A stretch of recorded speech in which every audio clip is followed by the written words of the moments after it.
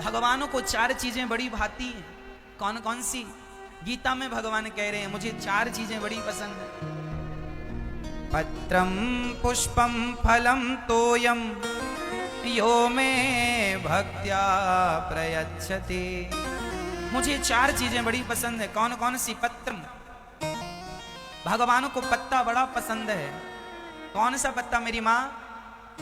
कौन सा पत्ता बताइए? कौन सा पत्ता पसंद है भगवान को? आप कह रहे हैं तुलसी का। तुलसी का पत्ता भगवान को पसंद है।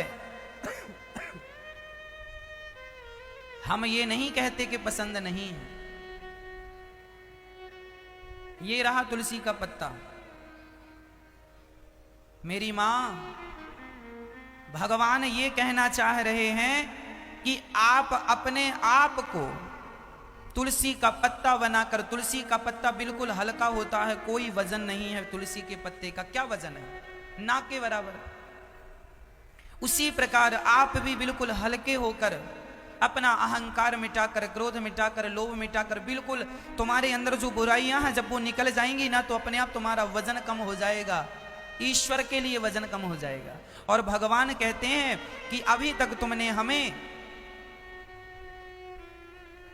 तुलसी चढ़ाई है, सोना चढ़ाया, हीरा चढ़ाए, मोती चढ़ाए। भगवान इंतजार कर रहे हैं। बिहारी जी का दर्शन करने लोग जाते हैं, पुष्पों की माला लेकर जाते हैं, फल लेकर जाते हैं, मिठाई लेकर जाते हैं। कभी तो बिहारी जी की आंखों में आंसू आ जाते हैं। किसी ने कहा बिहारी जी आज आपकी आंखों में आंसू क्यों हैं? भगवान ने कहा ये दुनिया वालों को कौन समझाए कि तुम जो चीजें हमें चढ़ाने ला रहे हो हमें उसकी चाहत नहीं है। हम तो बस उन भक्तों का इंतजार कर रहे हैं जो ये कहने चला जाए कि प्रभु आज मैं कुछ नहीं लाया चढ़ाने के लिए, आज मैं अपने आप को आया हूं आपके श्री चरणों में चढ़ाने के लिए। आज मैं अपने आप को चढ़ाता हूं।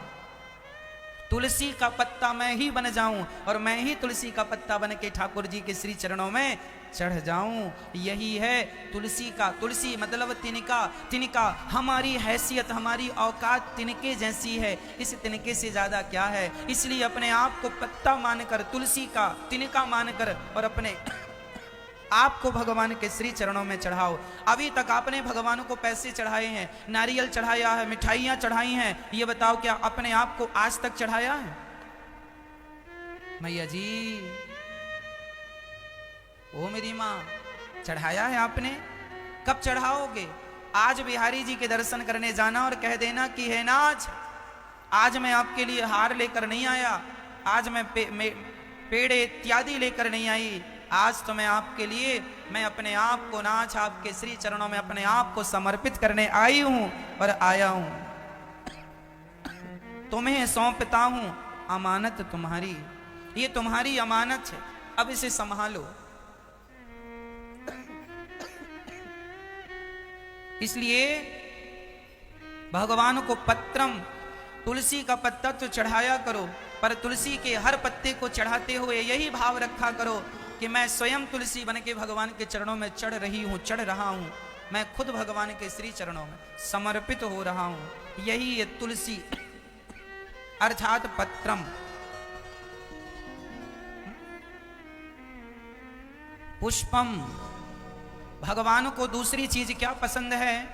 पुष्प। कौन सा पुष्प? कौन सा पुष्प अच्छा लगता है भगवान को? पुष्प कौन सा अच्छा लगता है बताओ जरा? कौन सा पुष्प अच्छा लगता है भगवान को? पुष्प का एक नाम होता है सुमन। पुष्प का एक नाम क्या है मेरी मां? सुमन। सुमन की व्याख्या क्या है? सु मतलब सुंदर, मन मतलब मन। हाथी का पांव जब मगर ने पकड़ा गजेंद्र का, गज नाम इंद्र गजेंद्र, गज समूह के, गजों के समूह का जो राजा हो वो गजेंद्र। गजेंद्र ने जब पांव पकड़ लिया मगर ने, ग्राह ने, हाथी का, तब उस गजेंद्र ने भगवान की स्तुति की और अंत समय कमल का पुष्प तोड़कर अपनी सूंड से भगवान को समर्पित कर दिया। तो भगवान आ गए। किसी ने कहा पुष्प चढ़ाने से भगवान आ गए, बोले ना, हाथी ने सिर्फ पुष्प नहीं चढ़ाया, सुमन, सु मतलब सुंदर, मन मतलब मन, अपने मन को सुंदर बनाकर, पुष्प बनाकर अपने मन का पुष्प भगवान के चरणों में चढ़ा दिया, इसलिए भगवान प्रसन्न हो गए। क्या चढ़ाना है भगवान को? सुमन। आप लोग ना ये वाले फूल चढ़ा रहे हैं भगवान को, देखो जरा, अच्छा है, ये भी भगवान को चढ़ाने चाहिए, लेकिन यही चढ़ाने चाहिए, ये गलत है। एक दो ये चढ़ा दिया, ठीक है, बाकी क्या चढ़ाना है? अपने मन को, अपने मन को भगवान में लगा दो। प्रभु अब मेरा मन आपका है, जहां आप जाएं मेरे मन को लेकर जाएं। जैसे पत्नी पति की हो गई, अब पति जहां जाएगा पत्नी वहां जाएगी। पति अमेरिका शिफ्ट हो गया तो पत्नी भी हो जाएगी। पति पंजाब शिफ्ट हो गया तो पत्नी भी हो जाएगी। पति दिल्ली शिफ्ट हो गया पत्नी भी हो जाएगी।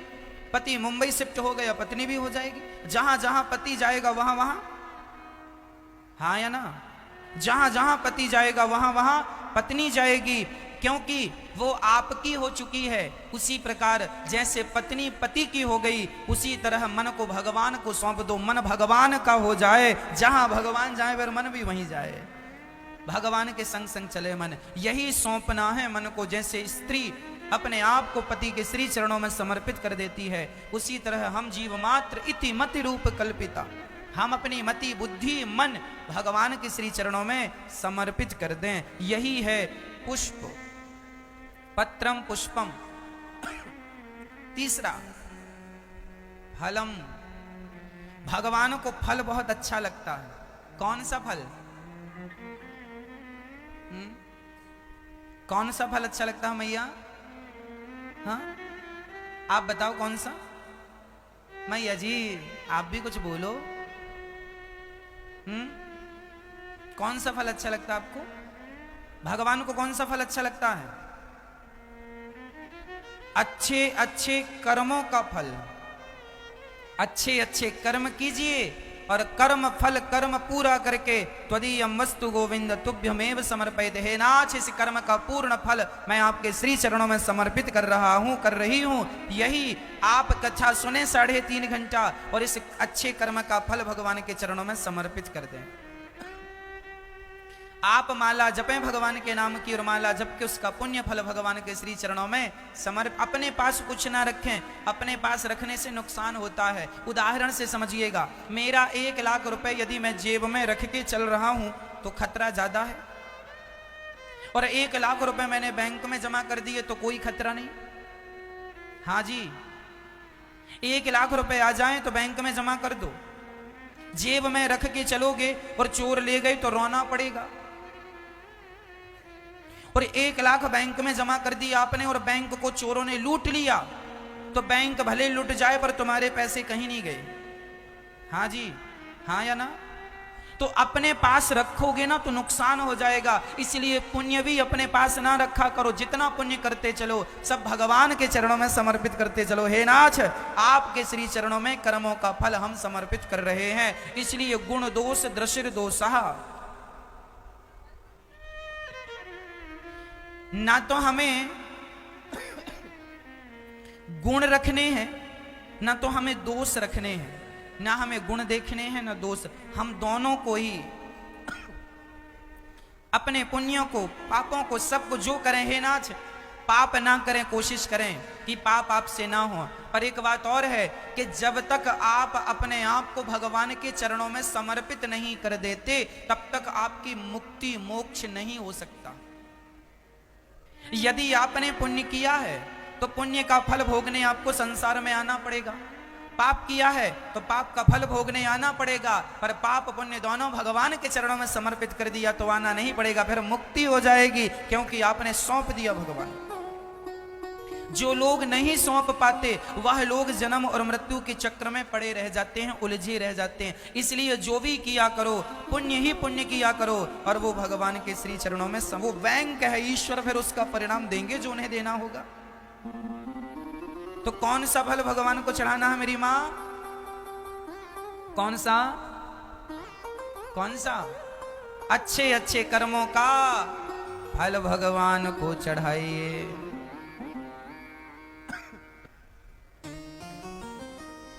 चौथी चीज, पत्रम पुष्पम फलम तोयम। तोयम मीन्स जल। भगवान को पानी बहुत पसंद है, जल। इसलिए देखो ना, अभी सावन का महीना चल रहा है। इस सावन के महीने में लोग शंकर जी के ऊपर जल का अभिषेक करते हैं। तो कुछ लोग भगवान शालिग्राम जी के ऊपर, लड्डू गोपाल जी के ऊपर भी अभिषेक करते हैं, है ना। कोई शंकर जी का अभिषेक करता है, कोई भगवान नारायण का अभिषेक करता है। भगवान को जल बड़ा पसंद है। नर्मदा जी का हर पत्थर शंकर होता है, जिसे नर्मदेश्वर कहते हैं, और गंडकी का हर पत्थर शालिग्राम होता है, जिसे शालिग्राम भगवान कहते हैं। ये दोनों की कभी प्रतिष्ठा नहीं कराई जाती। नर्मदा जी का हर पत्थर शिवलिंग है, उसको प्रतिष्ठा करने की जरूरत नहीं है, और शालिग्राम जी की प्रतिष्ठा नहीं की जाती। लाके पूजा करना शुरू करिए। शालिग्राम जी को भी अभिषेक करना होता है, जल चढ़ाना होता है। अब ये कहो कि महाराज जी भगवान को जल बड़ा पसंद है, पर कौन सा जल? वो जल नहीं जो तुम डाल रहे हो। कौन सा जल महाराज? जब भगवान श्री कृष्ण के पास सुदामा जी आए, तो सुदामा के चरणों को भगवान ने किस जल से धोया, ये बताओ? किस जल से? देखे सुदामा की दीन दशा, करुणा करके करुणा निधि रोए। पानी पर देखो हाथ छुओ नहीं, नैनन के जल से भागे धोए। पानी पर देखो हाथ छुओ नहीं, नैनन के जल से भागे धोए। देखे सुदामा की दीन दशा, करुणा करके करुणा निधि रोए। पानी पराते को हाथ छुओ नहीं, नैनन के जल से भगे धोए। यदि भगवान अपने भक्त के चरणों को नेत्रों के जल से धुलते हैं, तो क्या हम जैसे भक्त भगवान को पानी से नहलाएं?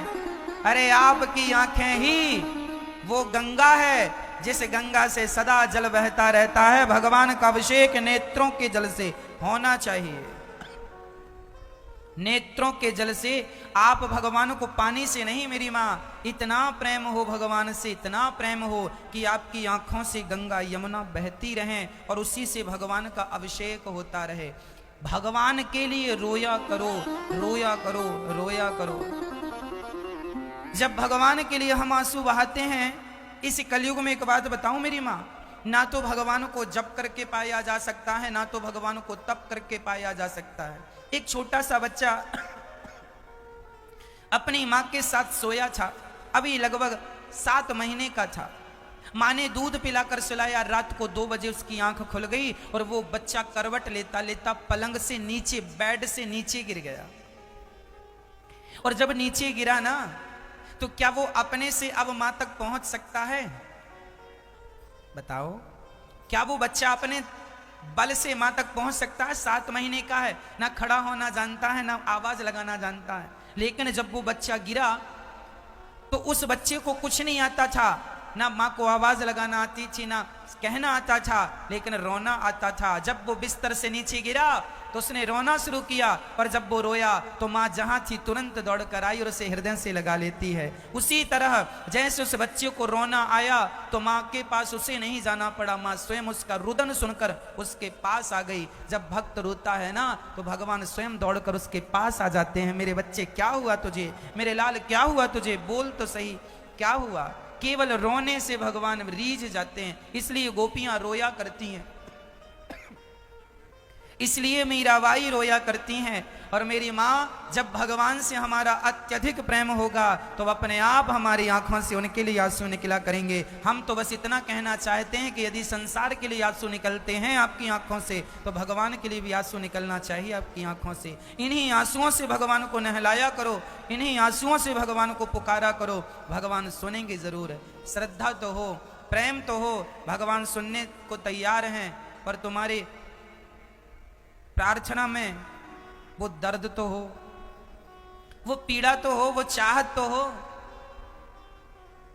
वो दर्द ही नहीं है। हमारी प्रार्थनाएं बेकार क्यों हो जाती हैं? क्योंकि प्रार्थना में दर्द नहीं है, पीड़ा नहीं है, रियलिटी नहीं है, सच्चाई नहीं है। इसलिए भगवान को लगता है कि ये तो ऐसे ही बोल रहा है। इसलिए सच्चे मन से, नेत्रों में आंसू भर के भगवान को सच्चे प्रेम से पुकारा करो, आएंगे जरूर, है ना? प्रार्थना बेकार नहीं होगी। मेरा भरोसा है कि यदि प्रार्थना की जाए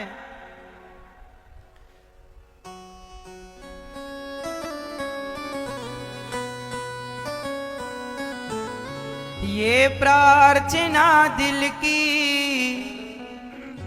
बेकार नहीं होगी। ये प्रार्थना दिल की बेकार नहीं होगी। पूरा है भरोसा, मेरी हार नहीं होगी। पूरा है भरोसा, मेरी हार नहीं होगी। सांवरे जब तू मेरे साथ है, सांवरे